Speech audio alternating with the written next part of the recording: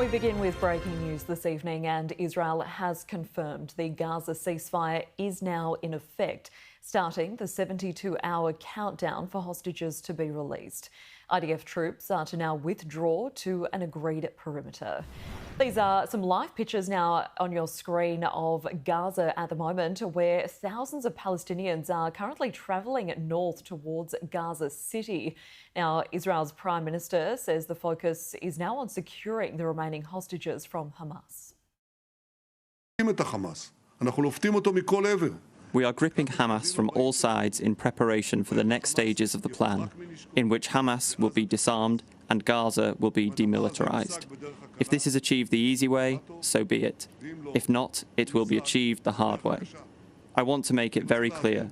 Anyone who says that this hostage deal was always on the table is simply not telling the truth. Hamas never agreed to release all our hostages whilst we were inside the Strip.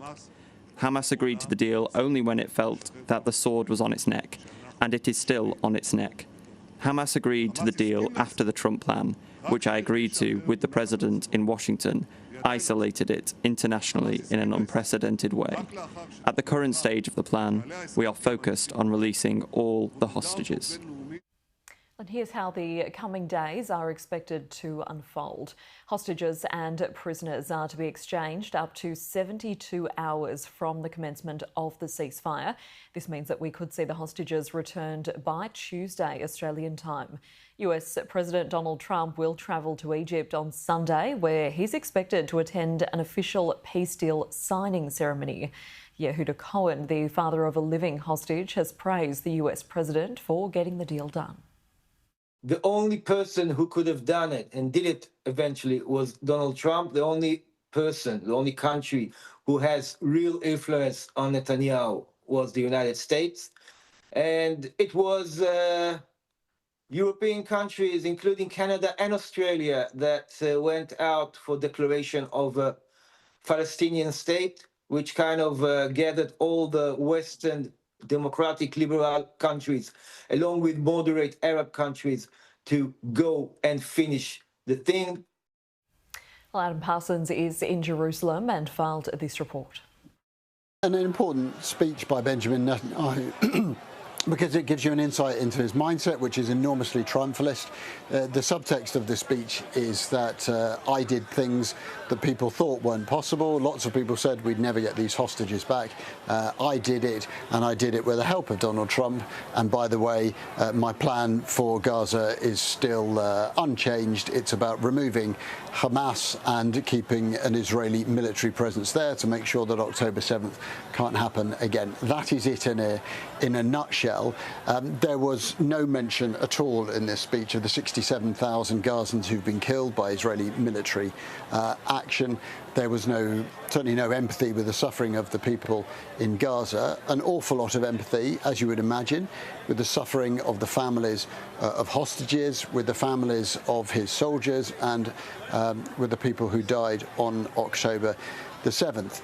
He talked about, this focus on bringing back the hostages. Well, we now have a timeline for when those hostages will be returned as part of this ceasefire agreement. Now, that ceasefire has come into effect today. The Israeli military has said that at noon the ceasefire started, and then very shortly after that it issued what it regarded as a clarification, which boils down to the military saying, look, this is a ceasefire, we are withdrawing, but the ground rules that we laid before about engaging with civilians are still in place. If you approach the Israeli military, you will be considered an aggressor and it will endanger your life. So I think we are, even yesterday we were seeing Israeli military action.